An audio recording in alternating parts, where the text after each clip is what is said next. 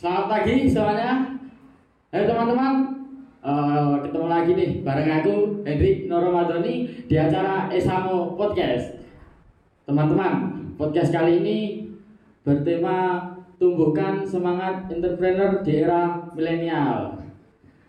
Nah, kalian pasti sudah nggak sabar, makanya tetap stay tune di acara ini.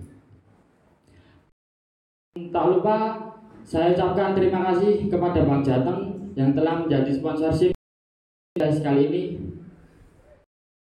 Teman-teman, di sini aku nggak sedih, tapi ditemani oleh narasumber yang mungkin cukup fenomenal atau yang penting keren yang pastinya.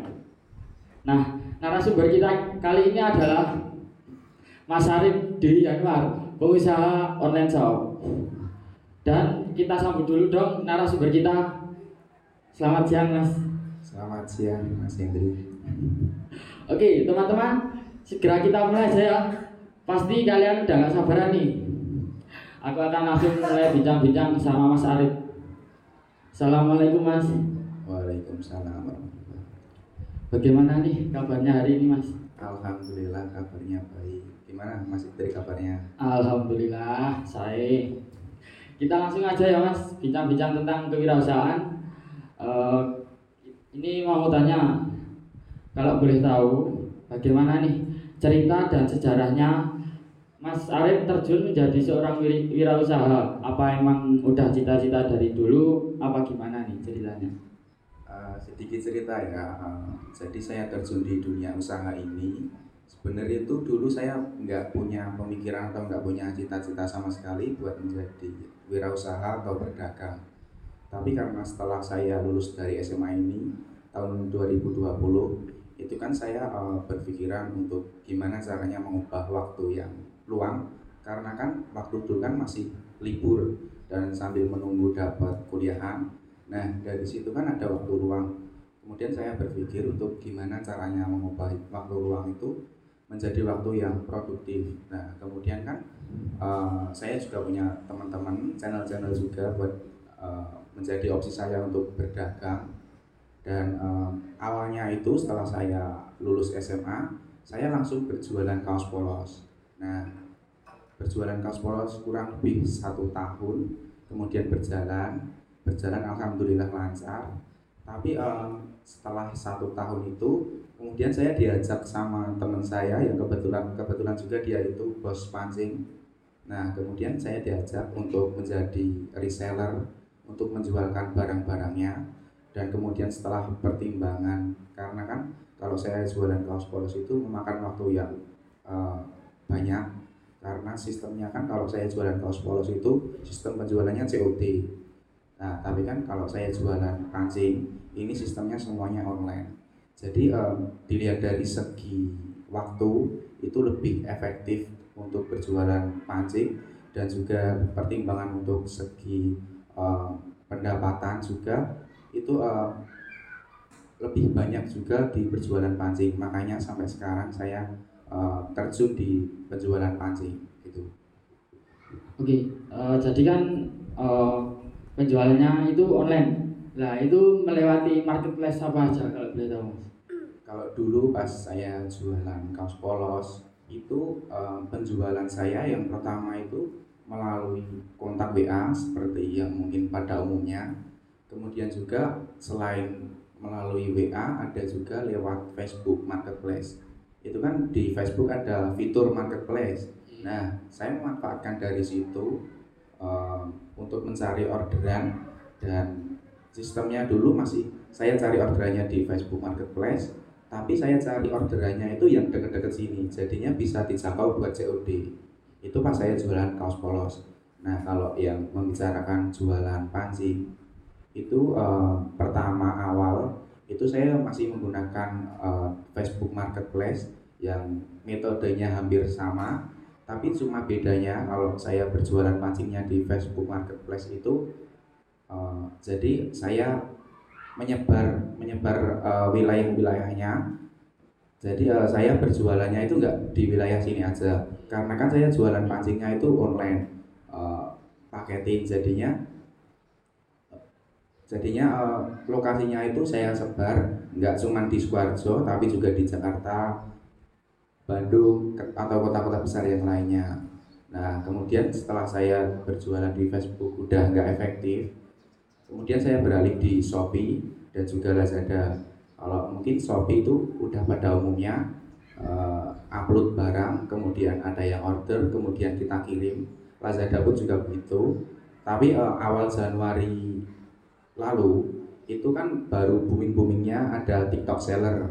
Nah, kemudian aku punya pemikiran untuk beralih dari Facebook ke TikTok Seller itu, dan alhamdulillahnya rezeki saya di situ melalui TikTok Seller itu penjualan saya naik drastis, dan alhamdulillah sampai sekarang masih ada orderan dari TikTok Seller ataupun Shopee ataupun Lazada.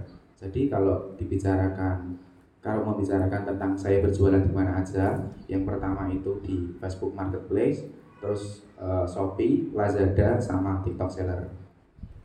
Oke, bisa disampaikan nih gimana kita caranya itu bisa masuk marketplace itu gimana caranya?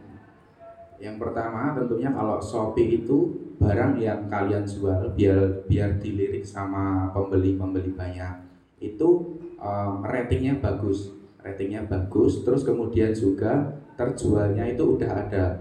Karena apa? Kalau misalkan terjualnya udah ada dan ratingnya bagus, itu menjadi daya tarik buat konsumen tersendiri. Jadi saya dulu kan kalau misalkan saya baru buka toko Shopee, itu kan belum ada penjualan. Nah dari situ kemudian saya ini sedikit trik ya. Jadi saya kasih orderan fake. Orderan fake itu kan jual penilaian bisa semaksimal mungkin. Dari situ kan kemudian Shopee saya terbentuk. Sekarang alhamdulillah dapat orderan terus tanpa menggunakan di TikTok Seller. TikTok Seller itu mainnya itu gini, videonya itu di TikTok, kita tautkan di penjualan kita. Teman-teman semua itu scroll TikTok, ada yang berjualan. Lalu itu kalau yang kita pasar atau orang, otomatis penjualannya itu bisa bertambah juga. Jadi penjualan di TikTok itu tergantung videonya apa enggak.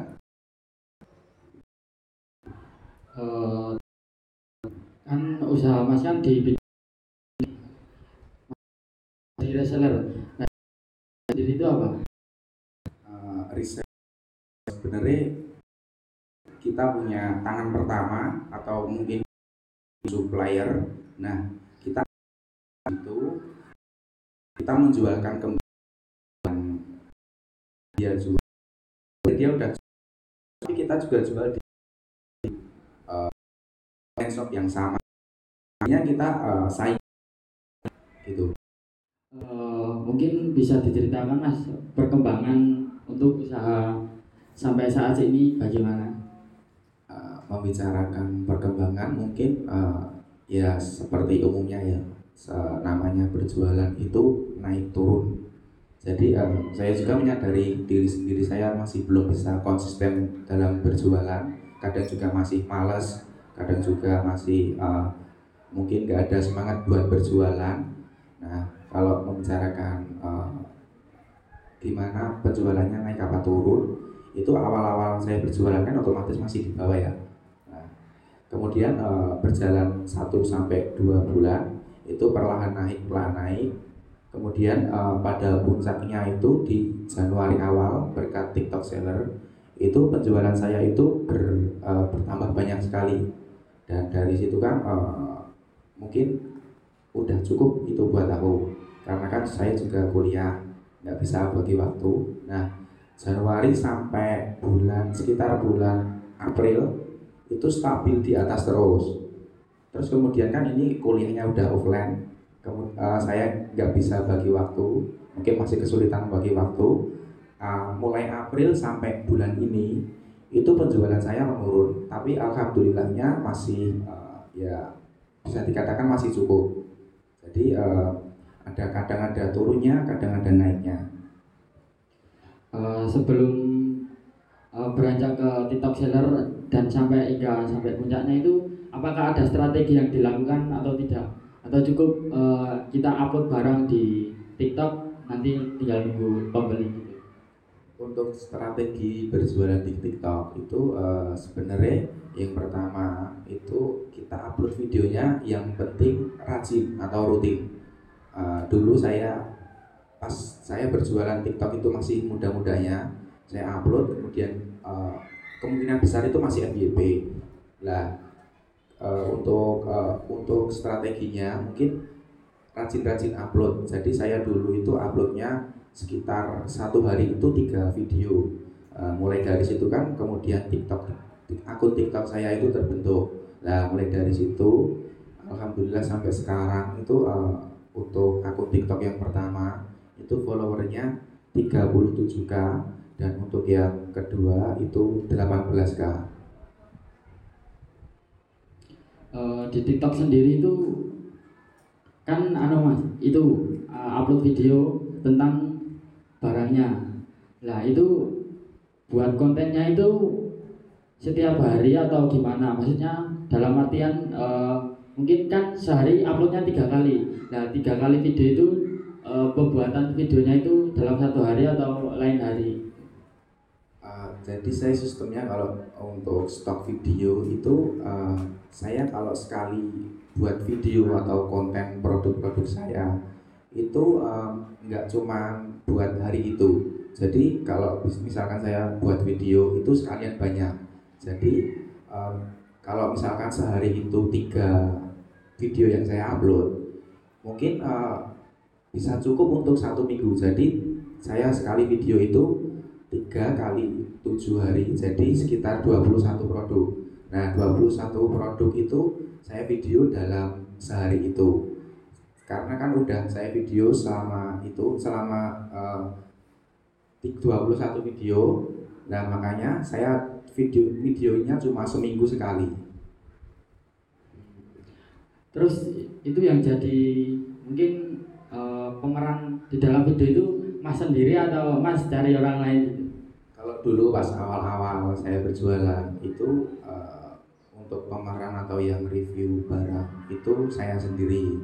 Tapi karena lama-kelamaan mungkin saya nggak bisa, kebingungan membagi waktu, kemudian saya bekerja sama teman saya. Jadi saya suruh buat video, terus kemudian nanti saya kasih persenan untuk dia. Gitu. Kan tadi mas kan reseller, ambil dari teman mas. Lah itu kan dia juga jual mas. Lah itu kan ada persaingan. Mungkin apakah berpengaruh kepada marketplace mas itu? Kalau untuk saya bersaing dengan bos saya sendiri, itu kan otomatis harganya dilihat dari harganya aja udah beda. Otomatis dia lebih murah daripada aku yang jual. Nah, kalau membicarakan tentang bersaing, kalau di Shopee, mungkin kalau teman-teman mau membeli barang di Shopee, itu otomatis yang pertama kalian lihat itu harganya ya. Nah, mungkin kalau di Shopee atau Lazada atau Tokopedia itu mungkin berpengaruh karena yang pertama udah kalah harganya dulu. Tapi kalau di TikTok itu nggak melihat harganya. Sebenarnya orang-orang yang membeli di TikTok itu karena dia lihat video kita, terus kemudian dia tertarik. Nah kemudian dia order. Makanya kalau berjualan di TikTok itu nggak bisa bandingin harganya. Jadi kalau untuk berpengaruh itu berpengaruhnya di Shopee sama Lazada. Kalau di TikTok nggak begitu berpengaruh. Selama menjalankan di online shop ini, apakah ada kendala atau gimana gitu mas? Kalau membicarakan kendala, mungkin selama kurang lebih 1,5 tahun saya berjualan, mungkin udah banyak mengalami kendala. Yang pertama yang tentunya ini udah jadi kendala untuk berjualan, ini udah umum, yaitu kendala modal. Nah, semakin besar usaha kita, maka kita harus membutuhkan modal yang besar juga. Nah, saya awal-awal jualan itu masih terkendala di modal, dan alhamdulillahnya bos saya atau teman saya yang ngajak saya jualan pancing itu, dia mau tempo, jadi saya ambil barang ke dia, tapi bayarnya itu setelah barangnya sampai aku baru bayar. Dan alhamdulillahnya dari situ kemudian saya mempunyai perputaran uang sendiri, dan dari perputaran uang itu saya punya modal. Terus kemudian kendala yang selanjutnya, kendala membagi waktu. Sebenarnya itu saya nggak bisa membagi waktu sampai saat ini pun, saya masih belum bisa, karena kan selain saya berjualan, saya juga kuliah, dan juga saya mungkin juga aktif di organisasi, baik itu organisasi kuliah ataupun organisasi di rumah. Terus kemudian ada kendala selain membagi waktu itu, jadi kendala yang saya alami saat ini saat saya berjualan itu, ini mungkin kendala yang nggak pada umumnya. Jadi saya pas berjualan ini ada tingkat retur yang tinggi. Tingkat retur itu tingkat pengembalian barang. Jadi ada orang order, terus kemudian dia nggak diterima barangnya, nggak dibayar, terus kemudian kan balik lagi ke saya. Nah, itu jadi kendala saya. Jadi masih banyak tingkat retur di penjualan saya, dan mungkin returnya itu kalau misalkan saya kirimnya masih dalam keadaan utuh, pasti baliknya itu nanti mungkin ada peralonnya itu lecet, atau mungkin peralonnya itu patah. Jadi di situ masih menjadi kendala saya gitu. Nah, untuk kendala-kendala tersebut itu apakah berpengaruh kepada rating ataupun penjualan di marketplace-nya? Kalau untuk penjualan atau berpengaruh enggaknya itu, jadi kalau misalkan ratingnya itu tergantung barang yang kita kirim itu bagus apa enggak, atau sesuai dengan apa yang kita pasarkan atau enggak. Kalau untuk berpengaruhnya, saya nggak bisa bagi waktu. Ini juga berpengaruh buat penjualan atau ratingnya, karena kan kalau misalkan saya nggak bisa bagi waktu, otomatis kalau hari ini saya nggak bisa packing atau nggak bisa kirim, otomatis kan saya kirim hari berikutnya. Nah, dari situ kan kemudian ada rating yang jelek karena keterlambatan pengiriman. Nah, karena nggak bisa membagi waktu ini, masih menjadi kendala buat rating atau penjualan saya. Kan tadi ada beberapa kendala nih Mas, mungkin bisa dijelaskan cara mengatasinya bagaimana? Kalau untuk kendala yang saya alami itu gimana caranya untuk mengatasi? Yang pertama, yang tentunya modal itu, cara saya mengatasi, mungkin dulu pas awal saya berjualan itu kan masih mungkin modal yang dibutuhkan itu enggak terlalu banyak.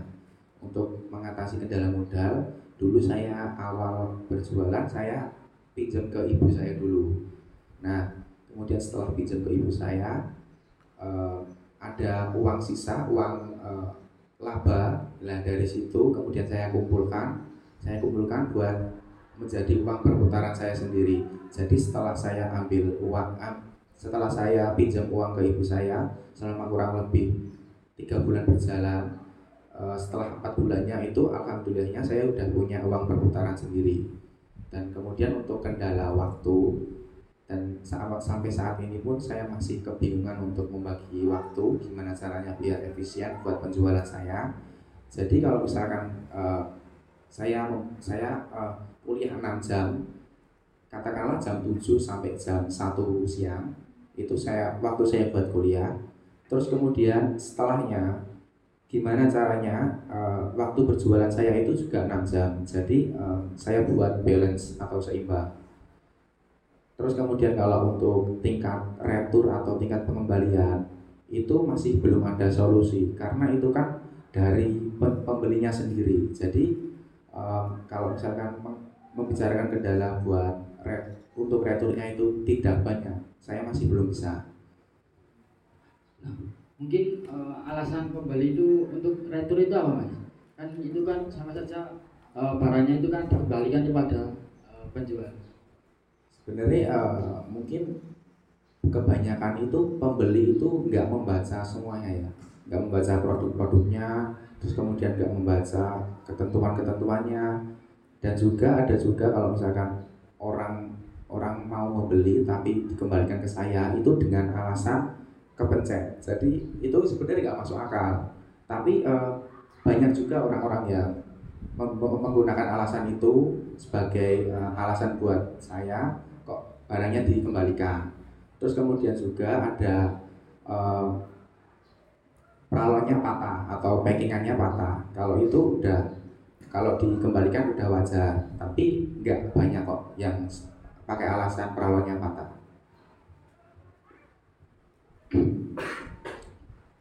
Eh, kan untuk memulai usaha kan juga butuh support nih Mas. Nah jadi untuk menjalankan usaha itu supportnya apa? Untuk menjalankan usaha, karena kan dulu saya awal berjualan itu kan saya berpikiran untuk mengubah waktu luang saya menjadi waktu yang produktif, dan alhamdulillahnya juga rezeki saya itu di situ. Terus kemudian kan yang paling penting itu menjaga kestabilan penjualan, bukan gimana caranya berjualan. Nah, kemudian kan saya berpikiran kalau misalkan nanti saya yang nerusin perjuangan orang tuaku, nanti siapa? Karena kan saya cuma tinggal sama ibu saya. Nah, kemudian nanti kalau nggak aku, siapa lagi? Nah, kemudian dari situ menjadi semangat buat saya, menjadi semangat biar gimana caranya berjualan saya itu tetap stabil dan naik-naik terus. Jadi alhamdulillahnya juga saya sampai sekarang itu udah nggak minta uang orang tua, dan alhamdulillahnya saya juga per bulan udah ngasih orang tua, walaupun nominalnya itu nggak bisa dipatok segitu, tapi alhamdulillahnya saya udah bisa ngasih orang tua. Jadi yang menjadi motivasi buat saya satu-satunya itu adalah orang tua saya gitu. Eh, Mungkin kan kalau penjualan kan ada profitnya itu Mas. Nah mungkin kalau di marketplace itu profitnya itu akan kena pajak atau gimana? Untuk pajak, kalau misalkan kita berjualan di Shopee ataupun Lazada itu pasti udah kena. Tapi tergantung penjualan kita itu laku banyak apa enggak.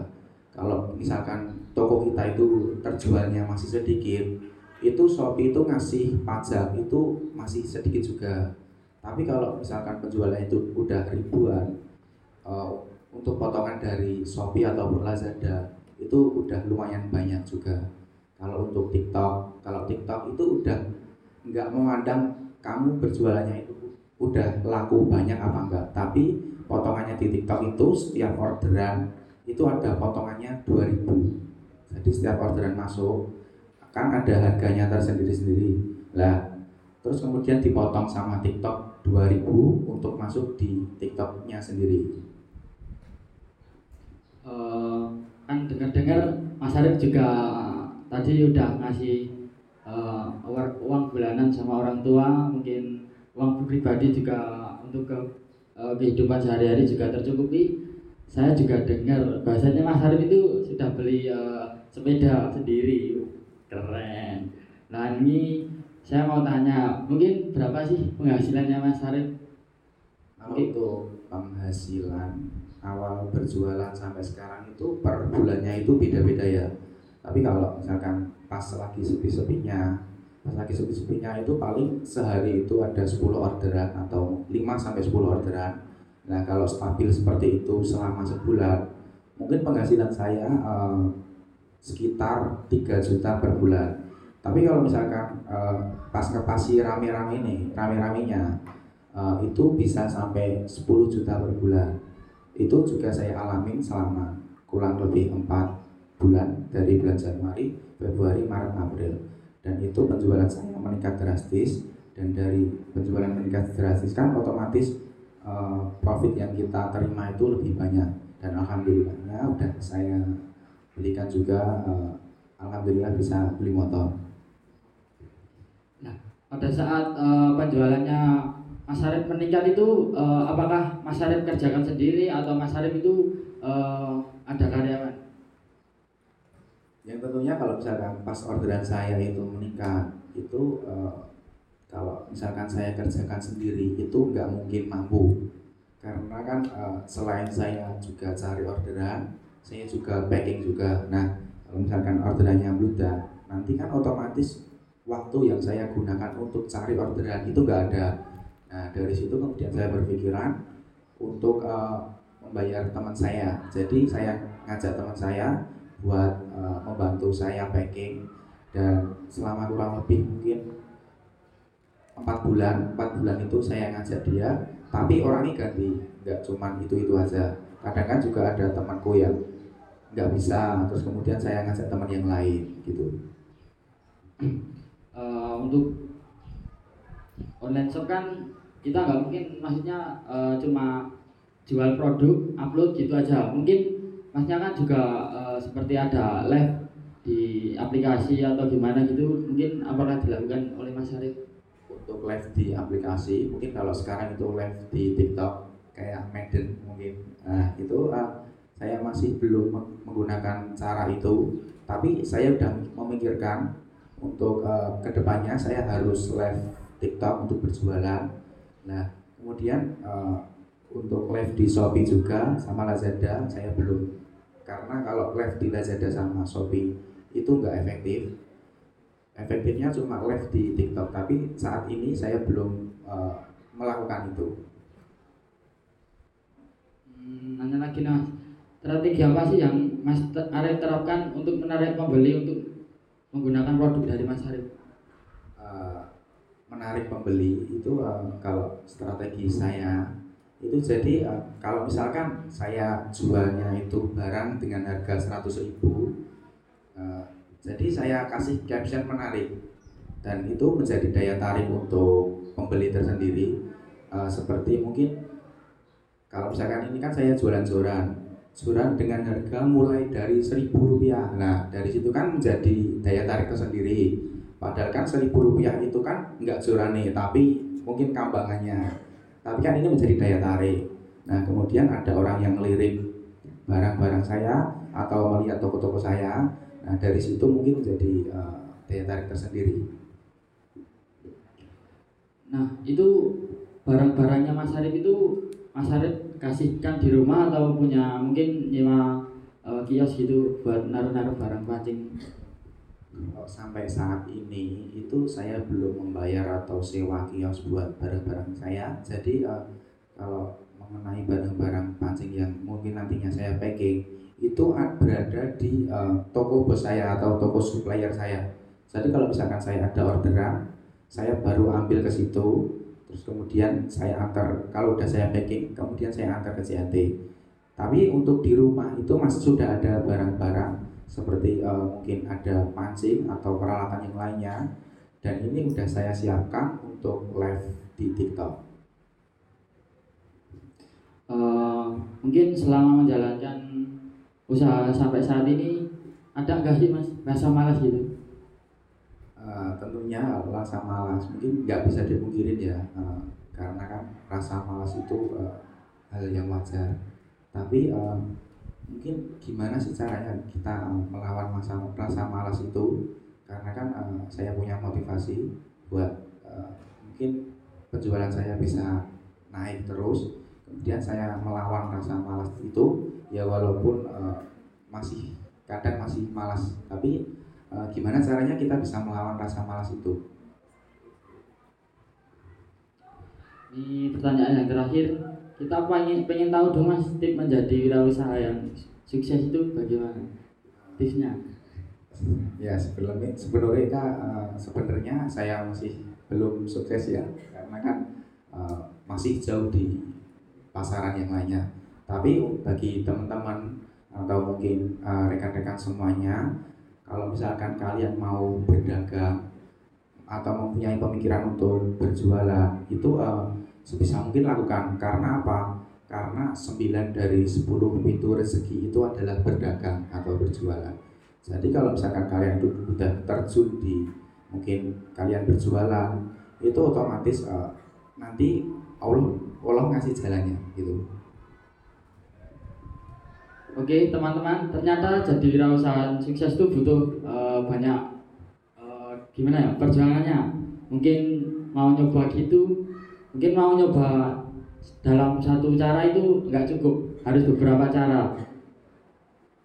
Makanya kita harus juga banyak belajar dan ambil pengalaman dari mereka yang sudah terlebih dahulu memulai usaha. Kenapa teman-teman? Agar kita juga bisa sukses seperti mereka.